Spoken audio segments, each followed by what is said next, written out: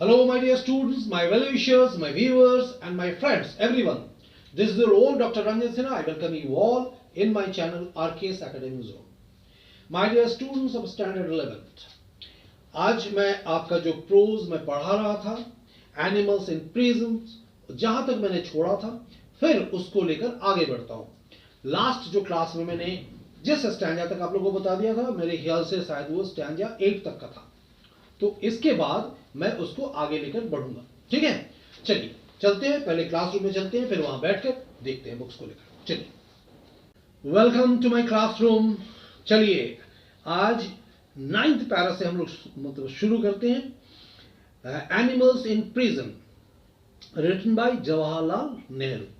जैसा कि हम लोग जानते हैं, जवाहरलाल नेहरू ये जो लिख रहे हैं, उस वक्त वो देहरादून के एक जेल में थे और वहां उनके साथ जेल में और जो चीज हुआ, उनके जो साथी बने, वो क्या क्या था, उसके बारे में हम लोग यहाँ पढ़ रहे हैं.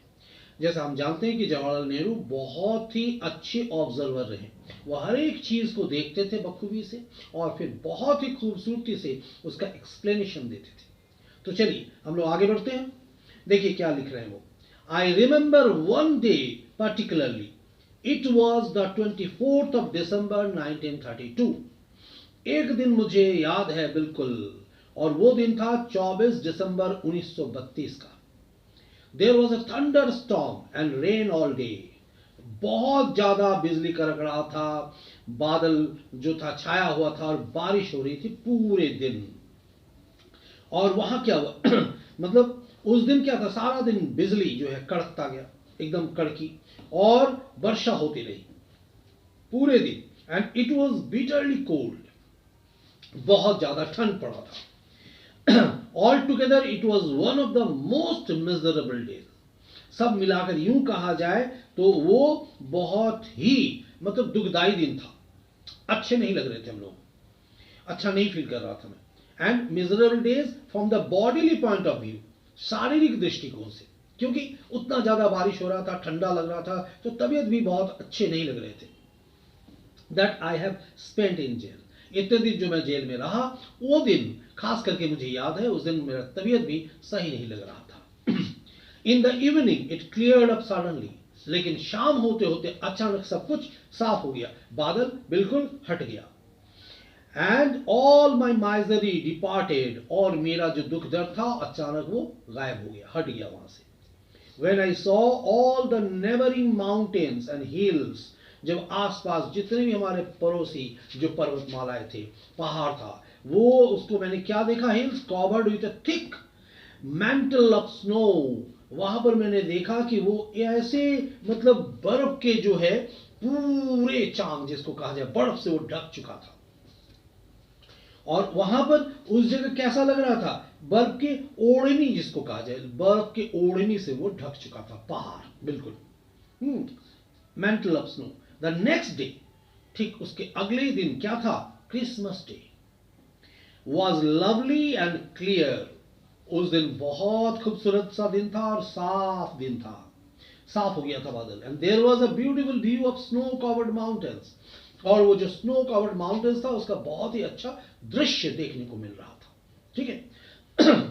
prevented from indulging in normal activities, we become more observant of nature's ways. तो सामान्य गतिविधियों में भाग लेने से रोके जाने पर हम प्रकृति के ढंगों का निरीक्षण करने वाले बन गए. यानी ये जो हो रहा था इर्द गिर्द, जो बारिश हुआ, ठंड पड़ा, तो इन सब से जो जूझ रहे थे, शरीर जो अच्छा नहीं लग रहा था, अचानक जब क्लियर एक साफ दिन, स्वच्छ दिन देखने को मिला, वो दिन बहुत सुनहरा अच्छा लग रहा था. बर्फ का जो ढका हुआ पहाड़ दृश्यमान हो रहा था, बहुत ही प्रतीत हो रहा था, बहुत ही खूबसूरत लग रहा था. तो उस समय वो व्यूज, जो प्रकृति का जो दृश्य था, सच में मन मोह लेने वाली थी. We watched also the various animals and insects that came our way. और उस दिन हमने देखा कि उस वक्त जो एनिमल्स, जो इंसेक्ट्स जो दिखाई देता था, जो हमारा वहां साथी संगी बन गया था, वह सब भी हमारे सामने आ गए. As I grew more observant, I noticed all manners of insects living in my cell और in the little yard outside.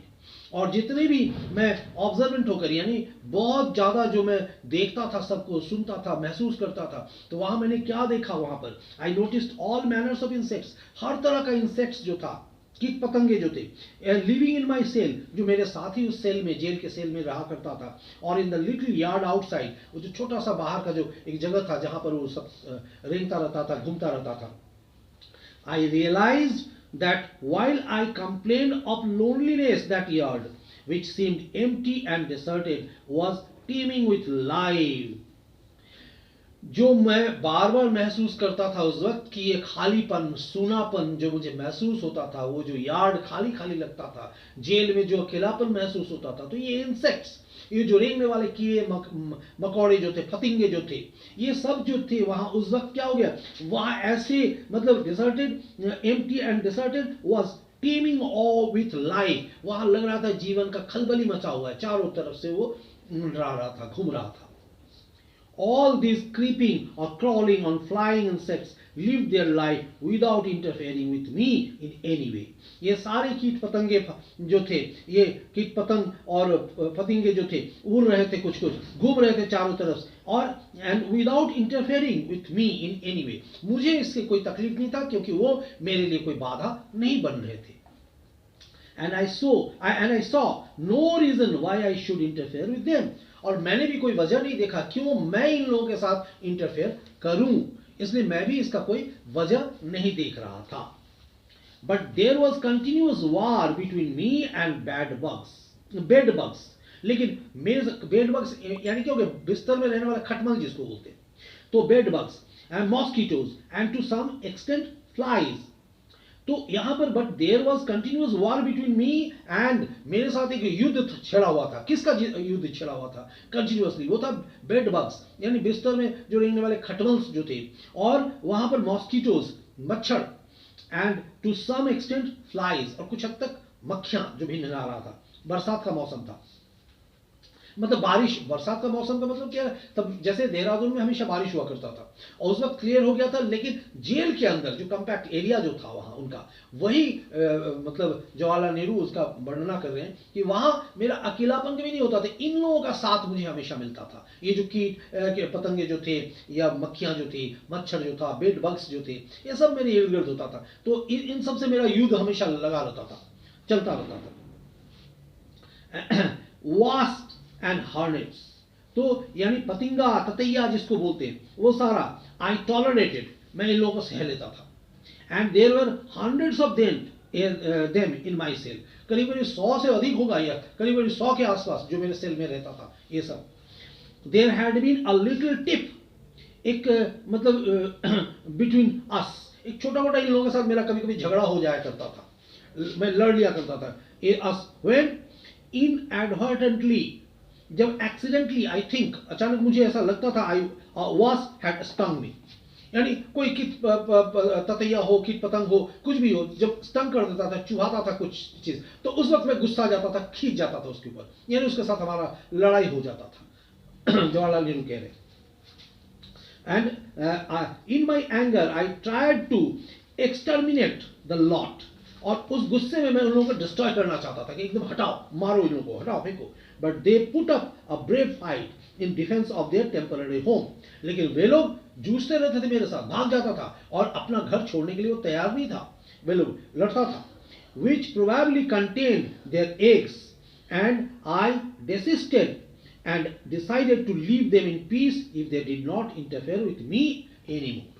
और वो मच्छर, कीट पतंग जो भी हुआ करता था, प्रोबेबली वो अंडा दिया करता था इधर उधर कहीं पर.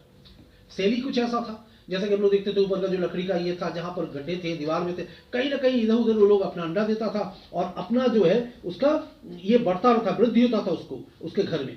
तो मैं भी सोचा था कि भाई इन लोगों से लड़ाई लड़ना व्यर्थ है, तो इससे अच्छा बेहतर है कि स्टॉप कर देते. I desisted and decided to leave them in peace, मैंने छोड़ दिया, चलो इन लोगों को भी शांति से जीने दो. And if they did not interfere with me any more, यदि ये हमारे कोई तकलीफ मुझे नहीं पहुंचाए तो मैं भी इसे कुछ तकलीफ नहीं पहुंचाऊंगा, छोड़ दूंगा इन लोगों. For over year after that I lived in the cell, करीब करीब मैं साल से ऊपर उस जेल में रह रहा था वहां पर.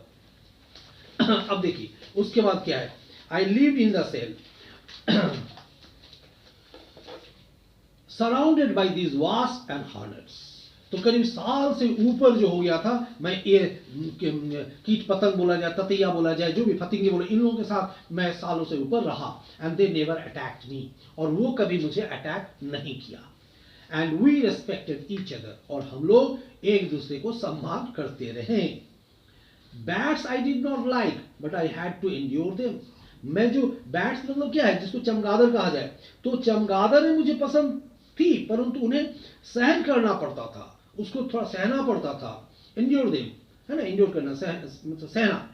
दे फ्लू साउंडलेसली, बिना आवाज की वो लोग इधर से उधर उड़ते रहता था। इन द इवनिंग डस्क, तो इवनिंग शाम के समय, यानी जो डस्क जिसको कहा जाए, डस्क मतलब गोधूली वेला जिसको कहा जाए, है ना, तो शाम के समय जैसे गोधूली वेला में वो लोग निकल जाता था, अंधेरा होता था तो इधर से उधर उड़ता रहता था। And one could just see them against the darkening sky, और वन कुड जस्ट मतलब वो जो अंधेरा बढ़ते ही आकाश में उड़ते दिखाई देती थी, और उसका बिना कोई ध्वनि का वो इधर से उधर उड़ता रहता था। डरावने उसको मतलब ऐसा था कि माहौल कुछ ऐसा हो जाता था, डर भी लगता था उस समय।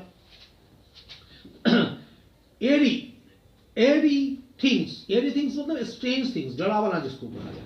I had a horror of them, और मुझे उससे थोड़ा डर होता था उन लोगों से। They seemed to pass within inch of one's face, ऐसा लगता था कि 1 इंच चेहरे के इधर से उड़ जाता था, उधर से उड़ जाता था, बैट्स के लिए स्पेशल जो चमगादड़ थे। And I was always afraid that they might hit me, और मुझे हमेशा डर होता था कि कभी ना कभी ये मुझे हिट ना करे, मारे नहीं। Higher up in the air pass the big bats the flying foxes, तो ये जो था ऊंची ऊंची इससे उड़ जाता था, ऐसे करके मतलब एकदम बेधड़क ऊपर से, जैसे कैसे है उड़ने वाले लोमड़ियां गुजरती थी जिसको कहा जाए, ऐसा लगता था। ऊपर से सर से उड़ गया, इधर से उड़ गया, उधर से उड़ गया, तो डर लगता था मुझे। I used to watch the ants and the white ants and other insects by the hour, मैं घंटों से एंट्स, चींटियां और उजले रंग की चींटियों को भी मैं देखता रहता था। And the lizards as they crept about in the evening and stalked their prey and chased each other, और शाम होते ही जो लीजर्स जो है, छिपकली और ये इस तरह का जो है, वो निकल के बाहर आ जाता था, अपना प्रे मतलब शिकार को तलाशते रहता था, इधर उधर से घूमते रहता था पकड़ने के लिए, स्टॉप करने के लिए। And chased each other wagging their tails in a most comic fashion, और जैसे ही वो अपना, आपने देखा होगा कैसे होता है, छिपकली अगर अपना शिकार को सामने देखता है तो अपना पूंछ को गजब गजब तरह से पेंचते रहता था, ऐसे ऐसे हिलाते रहता था, कॉमिक मतलब मजेदार तरीके से। ऑर्डिनरली दे अवॉइडेड वास्प्स, और वास्प से साधारण तो वह अवॉइड करता था। ऑर्डिनरली वास्प मतलब वो उससे हटना चाहता था, मतलब साधारण तो वो ततैया से दूर रहती थी, ततैया को नहीं पकड़ता था वो छिपकलियां जो रहती थी, दूर रहती थी। But twice I saw them stalk them with enormous care and seize them from the front. लेकिन ऐसा 2 बार मैंने देखा कि उन्हें बड़ी सावधानी से उन पर घात लगाकर आगे से पकड़ते देखा था। मैं 2 बार ततैये को पकड़ते देखा, छिपकली को। I do not know if this avoidance of the sting was intentional or accidental. तो मुझे ये पता नहीं था, मैं नहीं जानता था कि ढंग से ऐसे बचना उन्होंने जानबूझकर किया था या संयोगवश ऐसा कुछ हुआ था। तो वहां पर कहने का मतलब नेहरू जी क्या कर रहे कि घंटों तक जो चींटियां, दीमक और अन्य जो उजले रंग के जो कीट पतंगे या चींटियां वहां से इधर से घूमता रहता था, तो मैं उसे देखता था, और शाम के समय होते ही छिपकलियां बाहर आ जाती थी, घूमती थी, अपने शिकार पर घात लगाने के लिए तैयार होता था, और अपने पूंछ हाथ से कर ढंग से हिलाते हुए एक दूसरे को पीछा करती थी। साधारण तो वो ततैया से दूर रहती थी, मतलब पकड़ना नहीं चाहता था, परंतु 2-4 बार, क्योंकि वो डंक मारता था, है ना, परंतु 2 बार मैंने उन्हें बड़ी सावधानी से उन पर घात लगाकर मतलब उसको पकड़ने के लिए आगे बढ़ते देखा, और उसे पकड़ा भी, सामने से पकड़ते देखा। और मुझे ये पता नहीं था कि भाई ऐसा वो सामने से क्यों पकड़ा, मतलब मैं नहीं जानता कि ढंग से ऐसे बचना उन्होंने जानबूझकर किया था या संयोगवश हुआ था।